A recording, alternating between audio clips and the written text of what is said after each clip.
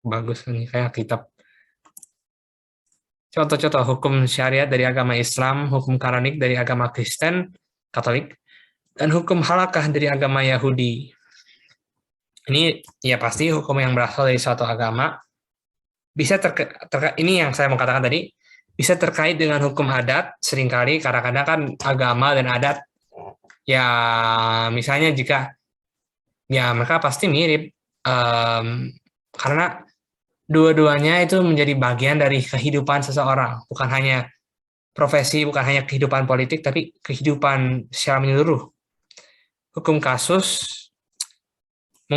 bisa mempengaruhi opini hakim-hakim. Misalnya, jika hakimnya menyukai hukum agama, meskipun hukum tersebut tidak tertulis, bukan bagian dari hukum yang tertulis negara tersebut, mereka bisa membuat pilihan yang berbasis hukum agama. Apalah. Dan terakhir hukum perdata. Ini paling terlihat di mungkin sekarang ya negara-negara yang beragama Islam yang bukan sekuler, mungkin negara seperti Indonesia, di Amerika Serikat mungkin ada basis hukum agamanya, tapi hanya basisnya. Hukum kita masih hukum perdata atau hukum kasus, tapi mungkin ada unsur-unsur dari hukum agama yang dominan. Dan juga hukum perdata. Misalnya ada beberapa negara yang langsung menggunakan hukum syariat menjadi hukum perdata mereka. Dan ya itu memberi hukum agama tersebut kekuatan. Karena itu menjadikannya mirip dengan hukum perdata atau hukum kasus. Meskipun saya akan katakan nanti di kekurangannya, mereka secara sendiri tidak punya kekuatan. Oh ya, ini bersumber dari www.ayoksinau.com. Ini sebenarnya website tersebut tentang hukum syariat, tapi saya mengadaptasikannya untuk bagian yang lain. Keuntungan. Ini mirip dengan hukum adat, cukup menyeluruh. Ya, saya katakan hukum adat dan hukum agama cukup terkait karena agama dan adat ya saling mempengaruhi. Tertulis biasanya di kitab suci agama tersebut. Ini sebenarnya cukup menarik karena ya kita tahu pasti hukum syariat tertulis karena ya ada yang bisa membuatnya jadi hukum perdata, tapi hukum kanonik Kristen Katolik juga tertulis. Malah sebenarnya hukum kanonik Kristen Katolik adalah salah satu sistem hukum tertua yang masih berfungsi di dunia. Ada kan sistem hukum yang Romawi, ada yang Prancis pada era Napoleon, itu semuanya sudah hilang, sudah tidak digunakan lagi.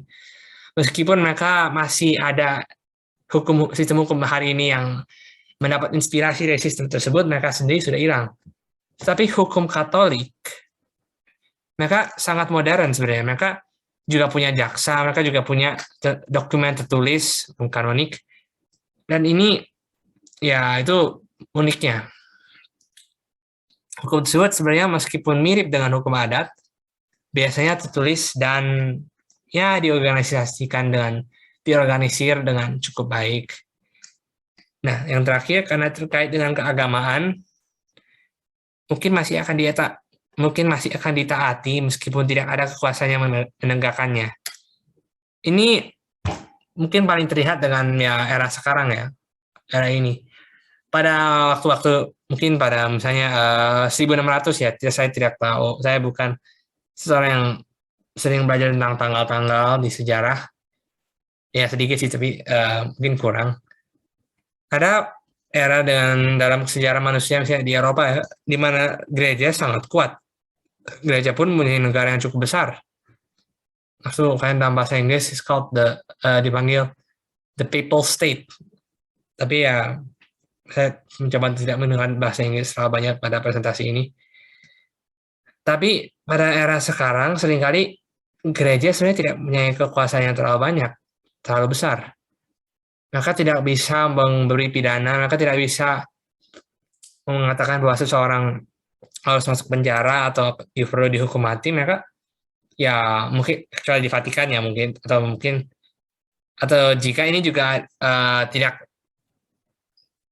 tidak berlaku jika hukum agama menjadi bagian dari hukum perdata, misalnya di negara-negara ya beragama, yang berbasis agama, misalnya Saudi Arabia ya nggak? Saudi Arabia misalnya ya, tapi saya kurang tahu sih. Tapi karena terkait dengan keagamaan dan ya ketakutan kita akan Tuhan, meskipun tidak ada kekuasaan yang menegakkannya, orang-orang mungkin masih akan mengikutinya karena kita ya takut akan Tuhan, karena kita ya kan nggak ada yang mau masuk neraka kan.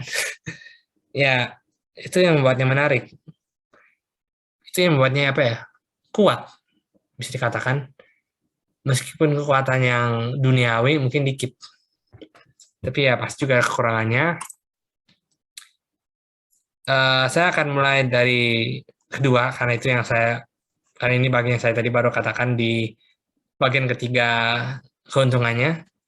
Mirip dengan hukum adat tidak selalu bisa ditegakkan. Ini karena ya jika jika orangnya tidak terlalu beragama ya mungkin dia beragama tapi ya nggak segitunya. tidak terlalu tidak terlalu mendalami misalnya. Ya mereka tidak bisa akan memaksakan apapun. Mereka bisa memilih untuk ya saya nggak mau ikutin ya mau diapain, kan gereja tidak punya kuasa untuk melakukan apapun ya kecuali mungkin ekskomunikasi, tapi itu mungkin sedikit ya jika mereka tidak peduli. Ya tadi saya akan katakan lagi ya exception-nya atau kayak pengecualiannya ya negara-negara di mana hukum perdata juga hukum agama, tapi itu saya akan jelaskan nanti lagi, saya juga ada opini tentang itu. Mirip dengan hukum adat, kadang-kadang terlalu kuno untuk diaplikasikan dengan baik. Ini salah satu contoh yang baik adalah dalam hukum syariat Islam tentang rokok. Rokok adalah sesuatu yang ya bisa dibilang cukup baru. Ya maksudnya tidak, tapi jika dibandingkan dengan agama Islam sih baru. Jadi di hukum syariat yang pertama, yang hukum syariat tidak ada orang yang mengatakan apapun tentang rokok karena belum ada, atau misalnya handphone juga belum ada. Jadi apakah kita akan mengabaikannya saja? Apakah kita berasumsi bahwa itu benar atau itu salah? Ya kadang-kadang siapa yang tahu, kurang bisa. Terus siapa mau merubahnya? Itu kan kita mengambilnya sebagai perintah dari Allah atau perintah dari Tuhan. Apakah kita berhak untuk mengubahnya misalnya? Itu menjadi debat. Jadi orang-orang akan berdebat tentang benar, tidak boleh, tidak benar. Jadi susah. Ini karena mereka tidak mengambil dari otoritas manusia, jadi kita tidak bisa mengatakan itu boleh karena baik karena legal, karena tidak legal, karena itu hukum agama ya bisa dibilang terpisah dari itu. Karena hukumnya mengambil, seperti saya katakan, mendeklarasikan dirinya sebagai datang dari dan benar karena otoritas agama dan Tuhan. Jadi ya menjadi susah. Dan yang kekurangan terakhir, meskipun tertulis, semua tidak selalu bisa dipastikan dan dipercaya dengan mudah. Untuk contoh, saya akan mengambil gereja Katolik.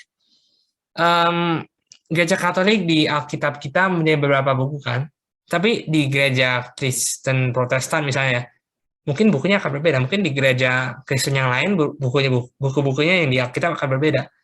Ini karena meskipun tertulis, meskipun ada catatannya, kadang-kadang misalnya catatannya tertulis berapa ratusan tahun setelah subjeknya, atau mungkin 20 tahunnya kan sudah cukup lama. Dan jika memang tertulis, apakah kita bisa pastikan bahwa yang menulis emang melakukannya yang benar? Kan bisa saja misalnya dari Santo Petrus, tidak, itu bukunya tulis ini dari Santo Petrus, tapi siapa yang bisa memastikan?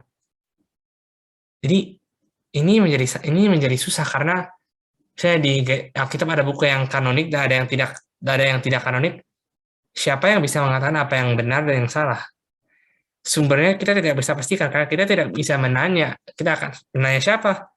Bisa kita menyelidiki dan kita mungkin akan mendapat jawaban. Tapi susah. Dan mungkin kadang-kadang ya kita harus menebak dikit. Apa yang mungkin, apa yang kayaknya atau yang paling mungkin. Ini susah. Ini salah satu kelemahannya. Dengan hukum agama sebenarnya juga hukum adat sih. Kadang-kadang kita tidak tahu sumbernya dan apa yang benar, apa yang salah, siapa yang mengatakannya, terus apa yang dia maksudkan. Tapi ya itu semua hukum sih pasti bisa ditanyakan apa yang dimaksudkannya. Nah, itu semua kekurangan dan keuntungannya. Saya juga mau mengatakan bahwa sebenarnya hukum-hukum semua ini seperti saya tadi memperlihatkan di ini nih, bisa terkait dengan hukum adat, hukum kasus. Semua hukumnya sebenarnya tidak saling, mereka semua bisa ada sekaligus. Hukum adat bisa dijadikan basis dari hukum perdata. Hukum perdata kadang-kadang bekerja sama dengan hukum kasus jika ada sesuatu yang baru. Misalnya hukum kasus para hakim ada dan mereka aturan memang apa ya, keputusan mereka memang yang mengatakan iya atau tidak. Tapi mungkin mereka menggunakan hukum perdata, akan menggunakan dokumen satu itu, konstitusi misalnya, untuk menjadi basis dari pilihan mereka. Atau juga di negara yang berbasis agama, hukum perdatanya, hukum kasusnya, semuanya terkait dengan hukum agama yang seperti saya tulis, dan hukum adatnya juga terkena. Jadi sebenarnya jika kita membicarakan tentang kekurangan dan keuntungan semua sistem hukum ini, memang mereka pasti punya kekurangan dan kelebihannya. Tapi kan itu mungkin karena itu kita mencoba menggabungkan semua sistem hukum tersebut, mencoba dapat yang baik untuk mencoba bisa. Jika hukum ini kurang menyeluruh, ya itu diisi dengan hukum yang lain.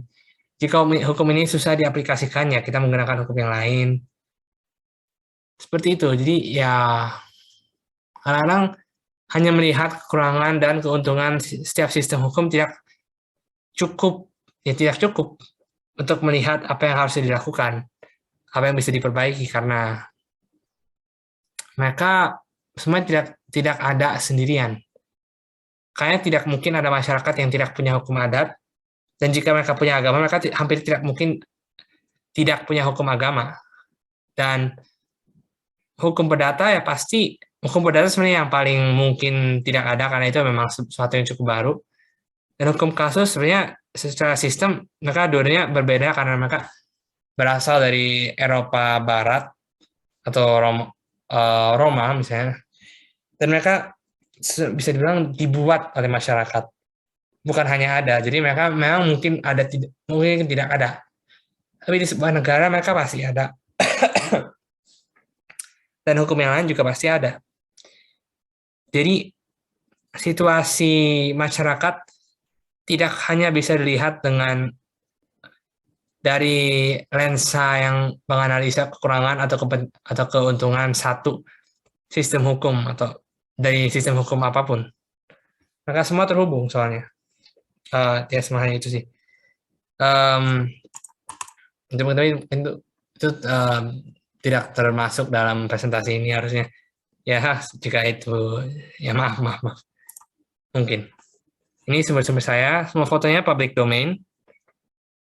Ya, semuanya public domain. Dan saya sebenarnya juga menggunakan Wikipedia untuk belajar, karena menurut saya Wikipedia emang paling, ya semua informasi dalam satu tempat. Tapi saya menggunakan sumber yang mungkin bisa lebih, bukan dipercaya juga, dipertanggungjawabkan karena kita tahu sumbernya dari mana. Terima kasih, Pak Sir.